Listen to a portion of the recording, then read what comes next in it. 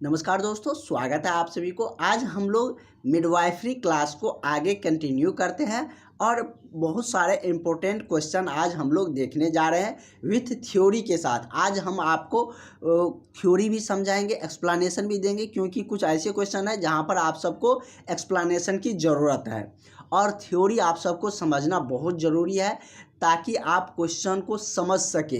क्योंकि रटने जाइएगा तो बहुत सारा क्वेश्चन, आपको बहुत क्वेश्चन पढ़ना है, कितना को रटिएगा। अगर समझे रहिएगा तो चीज़ें आपको ज़्यादा क्लियर रहते हैं और एग्ज़ाम के टाइम में आपको कन्फ्यूजन कम रहते हैं और आप सही आंसर करके आते हैं। क्योंकि एग्ज़ाम आप लोग दिए होंगे तो आपको पता होगा कि एग्ज़ाम में लगने लगता है कि इसका ए आंसर सही होगा या बी ए होगा, तो वो सब थ्योरी से ही क्लियर होते हैं। तो चलिए सारे कुछ को हम लोग क्लियर करते हैं आज, और आपको सारा क्वेश्चन भी एक एक करके एक्सप्लेनेशन के साथ समझाने जा रहे हैं। और आप लोग का बहाली भी लगातार आ रहे हैं, तो जो भी कैंडिडेट अभी तक क्लास नहीं ज्वाइन कर रहे हैं, नहीं किए हैं, तो वो सारे कैंडिडेट ज़रूर क्लास ज्वाइन कर लीजिए। क्योंकि अब किस बात का इंतज़ार कर रहे हैं आप लोग। आप लोगों का क्लासेस छूट रहा है, ज़्यादा समय आप लोगों को बिल्कुल भी नहीं मिलेगा। रेलवे वाला जो फॉर्म भरे थे उनका एग्ज़ाम डेट बहुत सारे पोस्ट का आ चुका है, तो आप लोग का भी आएंगे। अगर रीओपन होते हैं तो उसकी जानकारी हम आपको बता देंगे। वैसे यूपी का फॉर्म आ चुका है, एएनएम का, बिहार वाला भी जल्द आने वाला है। तो आप लोग अपनी तैयारी में पूरी तरीके से लग जाइए। जो भी कैंडिडेट तैयारी करना चाह रहे हैं इस नंबर पर 70 50 87 29 96 इस नंबर पर कॉल करके व्हाट्सअप करके आप लोग क्लास में ज़रूर जुड़ जाइएगा। तो चलिए आज का हमारा क्वेश्चन कह रहा है कि निम्न में से क्या कह रहा है कि निम्न में से कौन से गर्भ निरोधक साधन के फेल हो जाने से एपिटोपिक प्रेगनेंसी हो सकते हैं। एपिटोपिक जो प्रेगनेंसी है वो किस गर्भ निरोधक साधन को फेल हो जाने पर होते हैं। अब तो आपको ये पता होना चाहिए कि गर्भ निरोधक साधन होता कौन कौन सा है। जैसे यहाँ पर दिया है आईयूडी, उसके बाद है कॉन्डोम, उसके बाद है माला एन, उसके बाद है सेफ पीरियड मेथड। तो ये सब क्या है, ये सारे क्या है, तो गर्भ निरोधक साधन है। लेकिन आपसे पूछ रहा है कि एपिटोपिक प्रेगनेंसी किस गर्भ निरोधक के फेल होने पर होते हैं, तो इसके बारे में जानते हैं हम लोग। वैसे आईयूडी के फेल हो जाने पर होते हैं, और आईयूडी जब फेल हो जाते हैं, क्योंकि सबसे गर्भ निरोधक में अगर सबसे कह सकते हैं कि अच्छा माना जाता है तो वो आईयूडी को माना जाता है। जैसे कॉन्डम सम है तो वो सबसे मतलब गर्भ निरोधक कभी कभी नहीं भी उससे मतलब कि हो पाता है, लेकिन आईयूडी एक कह सकते हैं कि एक मतलब फिक्सेबल हो जाता है गर्भ निरोधक के लिए। तो चलिए इसके बारे में जान लेते हैं। उसके बाद चैडविक साइन है कि एक गर्भवती महिला में चैडविक साइन कब उपस्थित होते हैं, इसके बारे में भी हम लोग जानेंगे। पहले हम लोग आईयूडी के बारे में जान लेते हैं। वैसे हम आपको बता चुके हैं, जो भी कैंडिडेट पहले से क्लास कर रहे हैं उसको आईयूडी वाला थ्योरी का नोट्स भी मिल चुका है। वैसे आज हम यहाँ पर क्वेश्चन आए हैं तो बता देते हैं आपको आईयूडी के बारे में। जैसे कि हमने आपको बताए थे, ये आपको व्हाइट कलर का जो दिख रहा है ये क्या है, आईयूडी प्रवेशन है। इसी को आईयूडी बोले जाते हैं, जो कि सेट किया हुआ है मतलब कि गर्भधारण को रोकने के लिए। इसके बारे में हम लोग पूरी डिटेल्स में जानते हैं। अब आप लोग फिगर में देख लिए कि मतलब वजीना के माध्यम से अंदर में उसको सेट किया गया, टी शेप में होते हैं, जो कि गर्भाशय में इसको डाला जाता है। ये मतलब कि इसके बारे में डिटेल्स में जान लेते हैं। फिगर में आप लोग समझ गए क्या है। तो यहाँ पर हम आपको पूरी डिटेल्स में बता देते हैं। क्या होता है कि गर्भाशयी युक्त इन आईयूडी का मतलब आई से मतलब क्या होता है इंट्रा, यू से मतलब होता है यूट्राइन, डी से मतलब होता है डिवाइस। क्या है, एक इंट्रा यूट्राइन डिवाइस आईयूडी का फुल फॉर्म हो गया। और ये गर्भधारण को रोकने वाला एक उपकरण है। क्या है, गर्भधारण को रोकने वाला एक उपकरण है।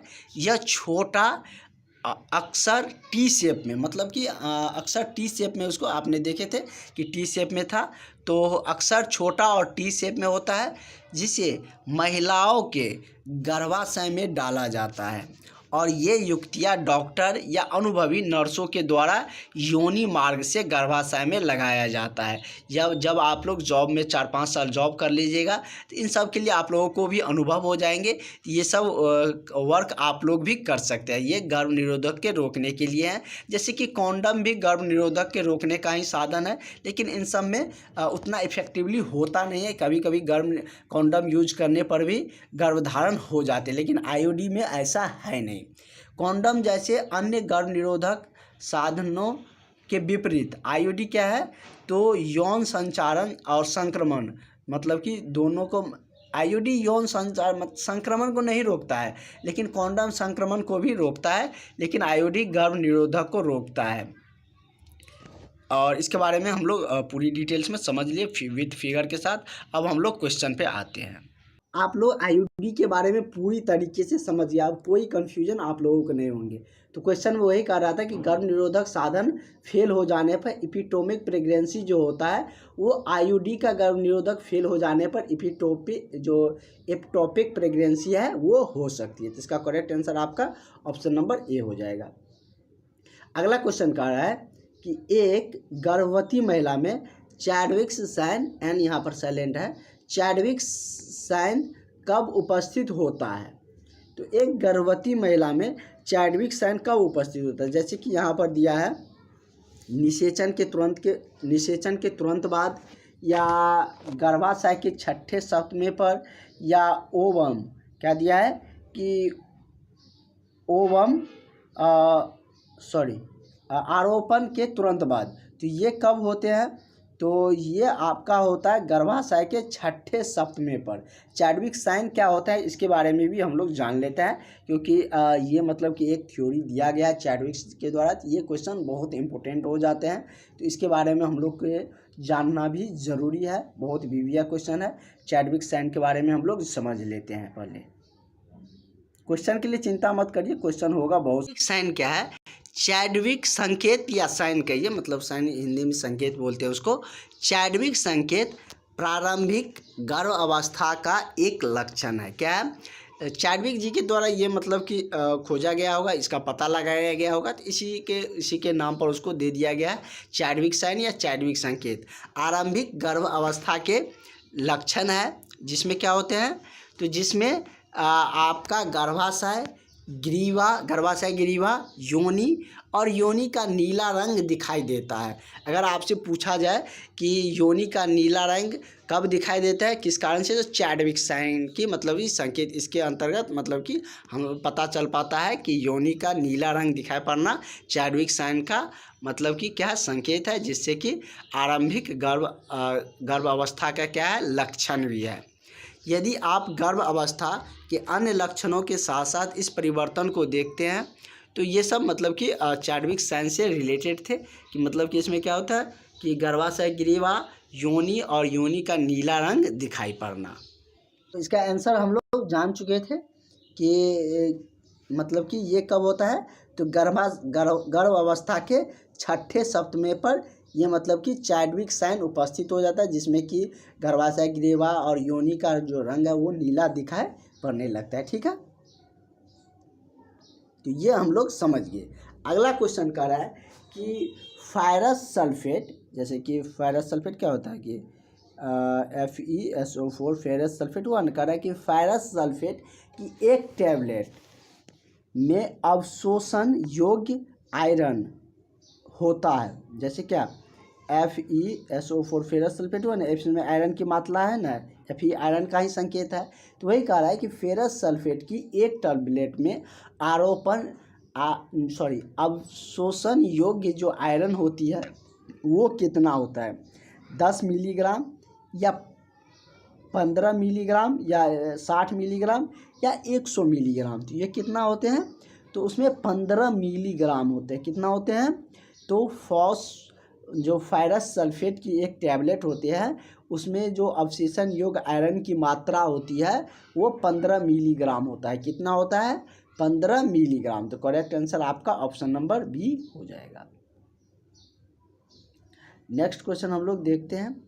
अगला कह रहा है कि सोनोग्राफी के दौरान स्नो स्टॉर्म अपीयरेंस देखे जाते हैं। सोनो स्टोर जो अपीयरेंस है, मतलब जो दिखाई देते हैं, वो कब देखे जाते हैं? सोनोग्राफी के दौरान, एक्टोपिक प्रेगनेंसी के दौरान, या हाइडेटिक डिफॉर्म मोल के दौरान, या मल्टीपल प्रेगनेंसी के दौरान, या पीली हाइड्रोमिनोस के दौरान। तो कब ये मतलब कि स्नो स्टॉर्म जो अपीयरेंस है वो देखे जाते हैं? सोनोग्राफी के दौरान। तो ये देखा जाता है कब? तो हाइडेटी डिफॉर्म मोल के दौरान, मतलब कि स्नो स्टॉर्म देखे जाते हैं। तो करेक्ट आंसर आपका क्या हो जाएगा? ऑप्शन नंबर आपका बी इसका करेक्ट आंसर हो जाएगा। ठीक है, नेक्स्ट क्वेश्चन की तरफ हम लोग बढ़ते हैं। हमारा अगला क्वेश्चन क्या है कि ट्विंस केस में प्रथम बच्चे, ट्विंस आप लोग जानते हैं ना, मतलब कि जैसे कि बहुत ऐसे भी केस आएंगे, आप लोग जब जॉब पे जाइएगा या आप लोग को कभी देखे भी होंगे, जब बहुत सारे को ड्यूटी भी लगाया जाता है कॉलेज आवर में भी।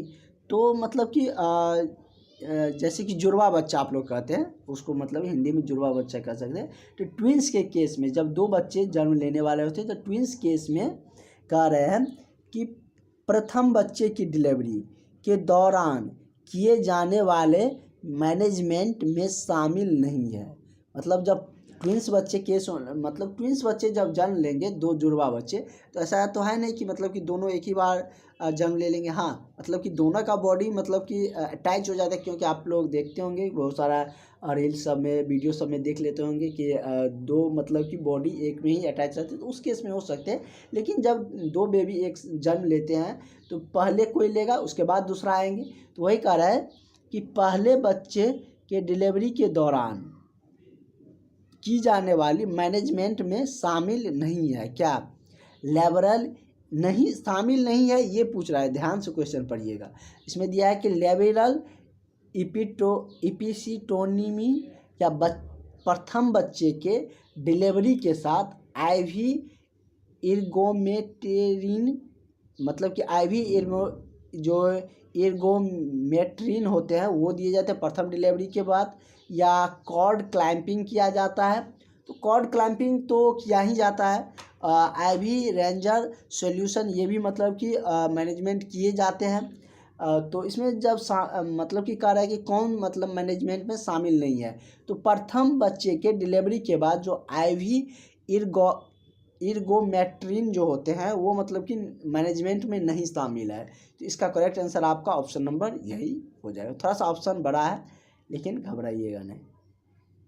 अगला है कि PNDT एक्ट, जैसे कि बहुत सारे एक्ट होते हैं, रॉलट एक्ट हो गया और भी बहुत सारे एक्ट होते हैं जिस तरीके से लागू किया जाता है, कोई नियम या कोई कानून लागू किया जाता है, कोई नियम किसी चीज़ को लेकर आते हैं उसको मतलब एक्ट बोले जाते हैं। तो वही कह रहे हैं कि PNDT एक्ट कौन से वर्ष पारित किया गया। ये जीके रिलेटेड क्वेश्चन है लेकिन आपके टॉपिक से ही रिलेटेड है। तो जैसे दिया है कि 1919, मतलब कि PNDT एक्ट कब पारित हुआ? 1990 में, 1992 में, 1994 में, या 1996 में। तो PNDT एक्ट जो लागू किया गया था वो लागू किया गया था 1994 ईस्वी में। कब लागू किया गया था? तो 1994 ईस्वी में इसको लागू किया गया था। चलिए नेक्स्ट क्वेश्चन की तरफ हम लोग बढ़ते हैं। हमारा अगला क्वेश्चन कह रहा है कि कार्ड की क्या है? कार्ड की वह असामान्यता जिसमें कार्ड प्लेसेंटा के मार्जिन से जुड़ी रहती है क्या कहलाती है? प्लेसेंटा के बारे में हम लोग बहुत डिटेल्स में जाने हैं, उसका अलग से थ्योरी क्लास भी लिए थे, उसका क्या क्या फंक्शन है वो सब भी हमने आपको पढ़ा रखे हैं। तो जो भी कैंडिडेट अभी तक वो सारे क्लास नहीं किए हैं वो सारे कैंडिडेट क्लास ज़रूर ज्वाइन कर लीजिए। आपको सारे जो भी छूटा हुआ क्लासेज है वो सारे क्लासेज मिल जाएंगे, क्योंकि सारे क्लासेज एक दूसरे से रिलेटेड होते हैं। जैसे कि हम अभी IOD वाले समझाए तो वो पहले, इससे पहले और भी डिटेल्स में बता चुके थे पिछले क्लास में। तो इसी तरीके से हमने प्लेसेंटा के बारे में भी बहुत डिटेल्स में पढ़े हैं। इस क्वेश्चन में कह रहा है कि कार्ड की वह असामान्यता जिसमें कार्ड प्लेसेंटा के मार्जिन से जुड़ी रहती है क्या कहलाता है? तो उसको क्या कहा जाता है? तो उसे बाइटलर डोर प्लेसेंटा कहा जाता है। क्या कहा जाता है? तो बाइटलर डोर प्लेसेंटा, बाइटल डोर प्लेसेंटा क्या कहा जाता है? बाइटल डोर प्लेसेंटा। तो करेक्ट आंसर आपका ऑप्शन नंबर ए सही हो जाएगा। नेक्स्ट क्वेश्चन आपका कह रहा है कि कार्ड की वह, एक मिनट रुकिए, कार्ड की वह एबनॉर्मलिटी क्या? जैसे नॉर्मलिटी मतलब क्या? सामान्य से मतलब कि अगर अलग है तो उसको एबनॉर्मलिटी कहते हैं। कह रहा है कि कार्ड मतलब जैसे क्या कि किसी चीज़ का नॉर्मली जैसे बच्चे का वजन नॉर्मली कितना होता है? 2.5 से 3 kg के बीच में, तो हम कहेंगे कि नॉर्मली इतना वजन है।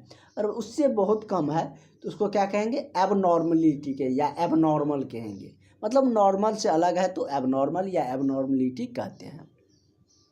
वही कह रहा है कि कार्ड की वह एबनॉर्मलिटी जिसमें कार्ड झिल्लियों से जुड़ी रहती है उसको क्या कहा जाता है? कार्ड मतलब प्लेसेंटा से रिलेटेड है तो उसको कौन से टाइप का प्लेसेंटा कहते हैं? बाइटल डोर प्लेसेंटा हम लोग अभी देख चुके हैं तो ये तो होगा नहीं, तो क्या हो जाएगा? तो आपका ये मतलब कि जो कार्ड से एबनॉर्मलिटी, कार्ड से जो झिल्ली से जुड़े रहते हैं उसको कहे जाते हैं क्या? तो उसका कहा जाता है वेलामेंटस प्लेसेंटा। क्या कहा जाता है? वेलामेंटस प्लेसेंटा। अगर हो सकता है तो एक क्लास में हम लोग और प्लेसेंटा के बारे में पूरी डिटेल्स में जानेंगे, इसका क्या कार्य है, क्या फंक्शन है, कितने टाइप के प्लेसेंटा है, किसका कौन से कार्य है, उन सब के बारे में भी एक क्लास में और डिटेल्स में हम लोग जान लेंगे। ठीक है, इसका करेक्ट आंसर आपका ऑप्शन नंबर बी हो जाएगा। ठीक है, नेक्स्ट क्वेश्चन की तरफ हम लोग बढ़ते हैं। अगला कह रहा है कि गर्भ अवस्था में कौन सी एंटी ट्यूबुलर क्यूलर ड्रग नहीं दी जाती? ड्रग मतलब जो मेडिसिन है वो नहीं दी जाती है। जैसे इसमें आपको 4 ऑप्शन दिया गया है कि एस्ट्रेप्टोमाइसिन या आइसोनियाजिड या क्या है कि एथाम्प्यूटोल। इस तरीके से 4 ऑप्शन आपको दिए गए हैं। कह रहा है कि गर्भ अवस्था में कौन सी एंटी ट्यूबर न्यूक्लियर ड्रग नहीं दिया जाता है? तो गर्भ अवस्था के दौरान जो एंटी ट्यूबर न्यूक्लियर ड्रग नहीं देने वाला जो है वो कौन सा हो जाता है? तो एस्ट्रेप्टोमाइसिन गर्भ अवस्था के दौरान नहीं दिया जाता है। तो इसका करेक्ट है, ये मेडिसिन का नेम है इसलिए थोड़ा सा अटपटा सा लग रहा है आप लोगों का नाम, मेडिसिन का नाम थोड़ा सा रहता ही है। तो उसको क्या कहते हैं? तो एस्ट्रेप्टोमाइसिन गर्भ अवस्था के दौरान एंटी ट्यूबुलर क्यूलर ड्रग में नहीं शामिल है, उस दौरान उस ड्रग में नहीं दिया जाता, उस ड्रग के तौर पे नहीं दिए जाते। तो इसका correct answer option number A हो जाएगा। अगला क्वेश्चन कह रहा है कि प्री एक्लैम्प्सिया निम्न में से किस अंग को प्रभावित करता है? ये क्वेश्चन एक बार और आया था इससे रिलेटेड। तो कह रहा है कि प्री एक्लैम्प्सिया किस अंग को प्रभावित करता है? नीचे दिए गए अंग है मतलब कि हमारे शरीर का पार्ट है और उसी को कह रहा है कि इसमें से किसको प्रभावित करता है, नहीं है, करता है। इसमें चलिए देखते हैं। जैसे इसमें किडनी दिया है, लीवर दिया है, हृदय दिया है, उपयुक्त सभी दिया है। तो ये किसको प्रभावित करता है? तो ये आपको जो प्रभावित करते हैं, किडनी को भी प्रभावित करता है प्री एक्लैम्प्सिया, लीवर को भी प्रभावित करते हैं, हृदय को भी प्रभावित करते हैं। जब तीनों को प्रभावित कर ही देते हैं तो उपयुक्त सभी हो जाएगा। ठीक है, और इसी क्वेश्चन को फिर घुमा के पूछेगा, कहेगा कि प्री एक्लैम्प्सिया, कैसे भी क्वेश्चन पूछेगा आपको आना चाहिए। रहेगा प्री एक्लैम्प्सिया निम्न में से किस अंगों को प्रभावित नहीं करता है? वहाँ पर दे दिया रहेगा नहीं करता है, उसमें एक ऑप्शन ये रहेगा, मान के चलो किडनी है, दूसरा उसमें दे दिया है कि ब्रेन, उसके बाद दे दिया है मांसपेशियाँ, हड्डी। तो क्या हो जाएगा? मतलब कि एक जो इन तीनों में से कोई एक दिया रहेगा तो वही सही हो जाएगा। ठीक है, इसी भी तरीके से आपको पूछेगा तो आपको मतलब कि वो क्वेश्चन अच्छे से आना चाहिए, वो आप खुद ब खुद बना सकते हैं क्वेश्चन। पूछने का तरीका बहुत सारे बन सकते हैं, मतलब यही से 2 क्वेश्चन बन सकता है, बहुत सारे क्वेश्चन फ्रेम हो सकते हैं। अगर मेन चीज़ आपको पता है, मान के चलिए ये तीनों चीज़ ऐसा है जिसको प्रभावित करता है, तो अब कैसे भी क्वेश्चन घुमा के पूछेगा हम उसको सही सही जवाब दे सकते हैं। ठीक है, नेक्स्ट है उसी से रिलेटेड है, कह रहा है कि प्री एक्लैम्प्सिया के 3 महत्वपूर्ण क्लिनिकल फीचर है। जो प्री एक्लैम्प्सिया है उसका 3 महत्वपूर्ण जो क्लिनिकल फीचर है, क्लिनिकल, उसके बारे में बताना है। जैसे कि सब ऑप्शन में आपको 3-3, 4-4 मतलब कि उसमें महत्वपूर्ण क्लिनिकल फीचर दिए गए हैं। इसमें से आपको बताना है कि कौन प्री एक्लैम्प्सिया के महत्वपूर्ण क्लिनिकल फीचर है। तो चलिए हम लोग जानते हैं। जैसे इसमें दिया है क्या